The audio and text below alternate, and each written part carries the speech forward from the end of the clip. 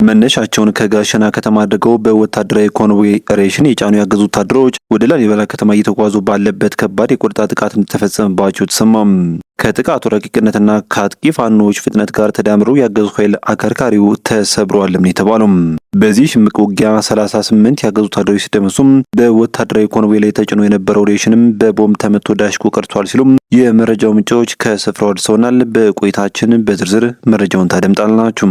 በተመሳሳይ በዚሁ በወሎ ቤት አማራ ቀጠና ወግዲ ግንባር ያገዛዙ ጦር ምሽግ ውስጥ እንዳለ ከነሱ ኃይሉና ከነ ወታደራዊ ንብረቱም ደቆ እንዲቀር ያደረገ እርምጃ መወሰዱ ታውቋል። በዚህ ተጋድሎ ያገዛዙ የውጊያ መሐንዲሶችና ወታደራዊ አዛዦችን ጨምሮ በርካታ ወታደሮቹ ሲደመሰሱም ከ15 በላይ ወታደሮች እጅግ ከፈንጂ የተማረኩበትና እስካሁን ተቆጥሮ ያላለቀ እጅግ በርካታ የጦር መሳሪያ በጀግኖቹ እጅ የገባበት አንጸባራቂ ድል ተመዝግበዋል የተባለው። በጉዳዩ ዙሪያም ተጨማሪ መረጃ አለን። በጎጃም ቀጠና ደጋዳሞት ዙሪያ በተለይም ከሰሞኑ እንደ አዲስ በአገረሸው ትንቅንቅ አገዛዙ 3 ጄኔራሎችን ከበርካታ ሰራዊቱ ጋር ያሰለፈ ቢሆንም ነገር ግን ከሽንፈት እንዳልዳነ ተሰምቷል። በጀነራል ሶፊያን መሐመድ እየተመራ ወደ ፈረስ ቤት ያቀናው ጦርም ከባድ ጉዳትን ሲያስተናግድ ዋና ጄኔራሉም ቁስለኛ መሆናቸው ተረጋግጧል። ከደጋዳሞትና ጮቄ ተራራ ዝርዝርም የውጊያ መረጃዎችን አሰናድተናል። በቆይታችን በስፋት ታደምጡታላችሁ። ሰላም ጤና ይስጥልን። የተከበራችሁና የተወደዳችሁ ቤተሰቦች እንደምን ቆያችሁ? እነሆ ለሰዓቱ እጅግ መደመጥ ያለባቸውን ወሳኝና ትኩስ መረጃዎች ይዘን ቀርበናል። በቆይታችንም ቀደም ሲል በአርዕስቱ ያስደመጥናችሁ ዜናዎች እንዲሁም ሌሎች መረጃዎችን በስፋት ወደ እናንተ እናደርሳለን። እናንተም ለቻናሉ አዲስ ከሆናችሁ ሰብስክራይብ እንዲሁም ቪዲዮ ላይክ እና ሼር እንድታደርጉ በትህትና እየጠየቅን በቀጥታ ወደ ዝርዝር መረጃዎች አለፍን። አብራችሁን ቆዩም። በወሎ ቤት አማራ ቀጠና ወግዲ ግንባር ያገዛዙ ጦር በምሽግ ውስጥ እንዳለ ከነ ሰው ኃይሉና ከነ ወታደራዊ ንብረቱ ዳሽቆ እንዲቀር ያደረገ እርምጃ መወሰዱ ተሰማም። የፋኖ ልዩ የጦር ድፍረትና የማጥቃት አቅም በታየበት በዚህ ተጋድሎም የጠላት የውጊያ መሐንዲሶችና ከክፍለ ጦር በታች ያሉ ወታደራዊ አዛዦችን ጨምሮ በርካታ ያገዙ ወታደሮች ሲደመሰሱ በርካቶች ደግሞ ተማርከዋል። በውጊያው በርካታ የጦር መሳሪያ በአርበኞቹ ቁጥጥር ስር መዋሉም ታውቋል።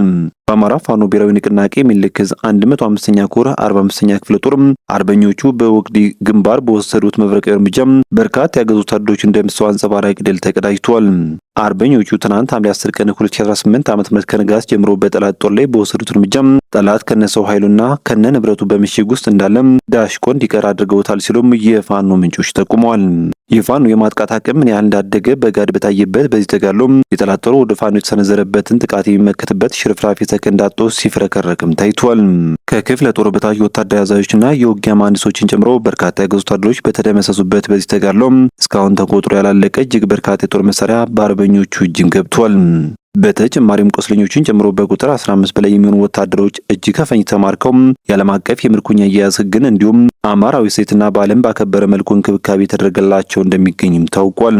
ይህ በእንዲህ እንዳለም ከጋሸና ወደ ላሊበላ ሬሽን ለማሳለፍ በተንቀሳቀሰው ያገዙ ሰራዊት ላይ ጥቃት መከፈቱ ሰምቷል። ጥቃቱ በደፈጣና ቆረጣ ተጀምሮ ወደ መደበኛ ውጊያ ማደጉን የገለጹት የፋኖ ምንጮች በዚህ ማጥቃት ውጊያ በርካታ ሰብአዊና ወታደራዊ ጉዳት መመዝገቡን ገልጸዋል። የአፋብን ወሎ ቤት አማራ ሚልክዝ 305ኛ ሳምነው ኮር የፋኖ ኃይሎች በጋራ በመቀናጀት ከጋሸና ላሊበላ ሬሽን ለማድረስ በተንቀሳቀሰው ያገዛዙ ጦር ላይ ጥቃት የከፈቱት ትናንት ሐምሌ 10 ቀን ሲሆን ውጊያው ከረፋዱ 4 ሰዓት እስከ ቀኑ 9 ሰዓት ተኩል ላስታ ወረዳ 025 ቀበሌም ድብኮ ከተማ ልዩ ቦታው ጸጋዬ ተራራ፣ ደጎሮ ማርያም ተራራና ገብርኤል ተራራ ላይ መካሄዱን የገለጹት የፋኖ ምንጮች በዚህ ወደ ውጊያ በአገዛዙ በኩል 16 ሞትና ከ20 በላይ ቁስለኛ መሆናቸውም ታውቋል። ከወደ ላሊበላ በኩል በስተጀርባ የመጣውን ያገዛዙን ጦር ቦታ በመዝጋትና ምሽጉ ላይ እንዳይንቀሳቀስ በማድረግ የ1ኛ ተከዜ ክፍለ ጦር 2ኛ ሻለቃ የፋኖ ኃይሎች በአውደ ውጊያው ላይ ትርጉም ያለው ሚና መጫወታቸው በግንባር መረጃው ላይ ተመላክቷል። ወደ ሌሎች ግንባር መረጃዎቻችን ስንሻገር ደግሞ በጎጃም ቀጠና 4ኛ ቀኑ የያዘው ውጊያ ዛሬም ተጠናክሮ እንደቀጠለ መሆኑ ሰምቷል። ትናንት ከሰዓት በኋላ በቀጠለው ውጊያም የፋኖ ዋና ማዕከል የሆኑትን የደጋዳሞትና የጮቄ ተራራን ለመቆጣጠር በመድፍ የታጀበ ውጊያ ሲካሄድ መዋሉን ሰምተናል። በትናንቱ የዜና ወጃ ሰዓታችን እንደዘገብነው ሌተናንት ጀነራል መሐመድ ሰማን ጨምሮ 5 ቁልፍ ጀነራሎች ውጊያውን በቅርብ ርቀት እየመሩትም ይገኛሉ። ዳሞት፣ ስናን፣ ማቻከል፣ ሞጣ፣ ደንበጫ፣ ጮቄ ተራራ ዙሪያ ዋና የውጊያ አካባቢዎች ሆነው መዋላቸውም ታውቋል። በተለይ የደጋ ዳሞት ዋና መቀመጫ የሆነችው ፈረሴት ከተማን ለመያዝ በርካታ ጦር ያዘመተው ምስራቅ እዝ ከፍተኛ ሰብአዊ ኪሳራ ማስተናገዱን የፋኖ ምንጮች ጠቁመዋል። በተመሳሳይ መረጃም በዚሁ ቀጠና ትናንት በኋላ ውጊያ በአስተሪው በኩል የገባው የምስራቅ እዝ ጦር ከፍተኛ ሰብአዊ ጉዳት አስተናግዶ ወደ ኋላ በማፈግፈግ ገረገራ ሄዶ እንዲሰፍር ተገደዋልም የተባለው። በዚሁ የጎጃም ቀጠና ያገዛዙ ጦር ተማሪዎችን ሰብአዊ ጋሻ አድርጎ አድርጎ መጠቀሙ ተሰምቷል። በደጋ ዳሞት ግንባር በተካሄደው ውጊያ በአራት አቅጣጫዎች ለማጥቃት ሞክሮም ከወደ ፋኖ የተወሰደበት የጸረ ማጥቃት እርምጃ የተሽመደመደው ያገዛዙ ጦር የ12ኛ ክፍል ብሔራዊ ፈተና ተፈትነው ወደ ቤተሰቦቻቸው በመመለስ ላይ የነበሩ ተማሪዎችን መያዣ በማድረግ ፋኖ በተማሪዎች ላይ አይተኩስም በሚል እንደ ጋሻነት ከፊት ከመሃልና ከኋላ በማድረግ እንደተጠቀመባቸውም ሰምተናል። ይህ ንጹሐንን ሰብአዊ ጋሻ አድርጎ መጠቀም በጦር ሕግ ደረጃ በጦር ወንጀል የሚያስጠይቅ እንደሆነ የሚታወቅ ሲሆን ከዚህ ቀደም በወሎ ቤት አማራ የውጊያ ቀጠና ህጻናትን ከሰፈር አፍኖ ወደ ምሽግ በመውሰድ እንዲሁም የህዝብ አመላላሽ ተሽከርካሪዎችን አስገዶ ከፊትና ከኋላ በማሰለፍ በደፈጣ ጥቃት ለመዳን ከተደረጉ የፈሪነት እርምጃዎች ጋር ተዳምረው የብልጽግናው ሰራዊት ዓለም አቀፍ የጦር ሕጎችና ወታደራዊ የሞራል ሴቶችን ሙሉ በሙሉ በመጣስ በጦር ወንጀል ተግባር ላይ እንዲሰማራ ከግንባር የተገኙ መረጃዎች ያመላክታሉ።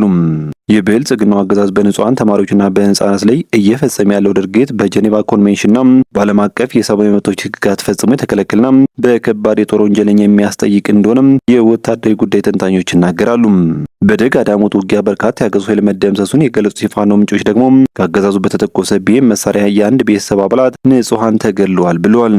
የአማራ ፋኖ ከመሰረታቸው ክፍለ ጦሮች አንዱ የሆነው 99ኛ ክፍለ ጦር የጠላት ራስ ምታት የወገን ኩራት እንደሆነ ሲቀጥልም ኮሎኔልና ሌተናል ኮሎኔል ሻለቃ ባሻን በማረክና 4 ዙ 23 ሞርተር 120 ኤም82 ሚሜ እንዲሁም በርካታ ድሽቃ ስናይፐርና ብሬን ማርኮም ከዚህ በፊት መታጠቁም ታውቋል።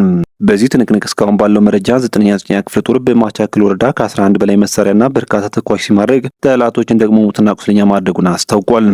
በተመሳሳይ በደንበጫ ወረዳ አንጀኔና ገላ በርካታ ሙትና ቁስለኛ ማድረግ ሲቻል በገላ አቅጣጫ 3 መኪና ሙሉ ሙት መጫኑን የዓይን እማኞች ገልጸዋል።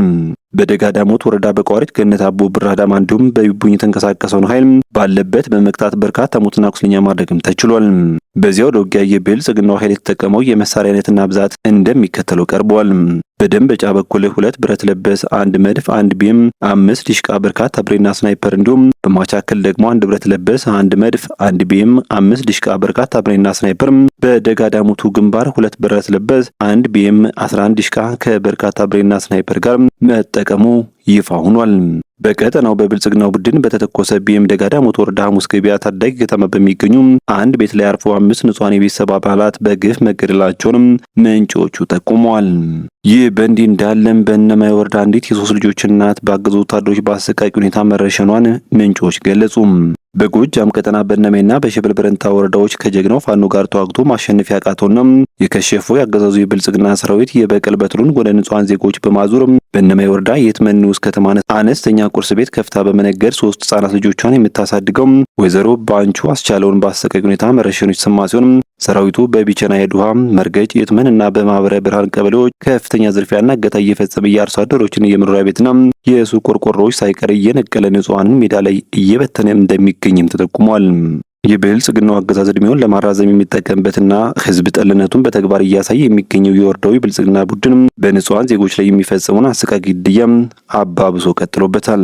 በዚህ መሰረት በእነማይ ወረዳ የትመን ንዑስ ከተማ ውስጥ አነስተኛ ቁርስ ቤት ከፍታ ሌት ተቀን በመስራት 3 ህጻናት ልጆቿን የምታሳድገው ወይዘሮ ባንቹ አስቻለው በአንድ የወረዳው ሚሊሻ አባል በተተኮሰ ጥይት በአሰቃቂ ሁኔታ ተመታ ህይወቷ ማለፉን ሚዲያችን አረጋግጧል። ይህ በህፃናት ልጆቿ ፊት የተፈጸመው አሰቃቂ ድርጊት በአካባቢው ማህበረሰብ ዘንድ ከፍተኛ ቁጣና ሐዘን መቀስቀሱም ተሰምቷል። የተወደዳችሁ ቤተሰቦች መረጃችን ሲቀጥል የህወሓት ታጣቂዎች በተንቤን ሀገረ ሰላም ከተማ በህዝብ ላይ ተኩስ መክፈታቸው ተሰማ። ተኩሱ በትግራይ ተንቤን ሀገረ ሰላም ከተማ የህወሓት ታጣቂዎች የግዳጅ ወታደራዊ አፈሳ ለማድረግ መንቀሳቀሳቸውን ተከትሎ ከህዝቡ የገጠማቸው የተቃውሞና የተኩስ እርምታ መሆኑ ተጠቁሟል። ሐምሌ 9 ቀን 2018 ዓ.ም በትግራይ ሀገረ ሰላም ከተማ ለግዳጅ አፈሳ በተንቀሳቀሱ የህወሓት ታጣቂዎች ላይ ከህዝቡ በኩል ከባድ ተቃውሞ ገጥሟቸዋል። በዚህ የተቆጡ ታጣቂዎቹ ወደ ህዝብ በመተኮስ ጉዳት ሳያደርሱ እንዳልቀሩም ተጠቁሟል። እንደ አካባቢ ምንጮች መረጃ ከሆነ የህወሓት ታጣቂዎች በከተማው ከአፈሳ ለማምለጥ ወደ ሞከሩ ሰዎችና ልጆቻችን አትወስዱም ብለው ወደ ተጋፈጡ እናቶች የከፈቱት ተኩስ ንጹሃን ላይ ጉዳት አስከትሏል። የሟቾችን ቁጥር በትክክል ለይቶ ማወቅ ባይቻልም የተንቤን ሀገረ ሰላሙ ጥቃት የሞትና መቁሰል አደጋ መመዝገቡንም ከአካባቢው ዜና ምንጮች ለማወቅ ችለናል።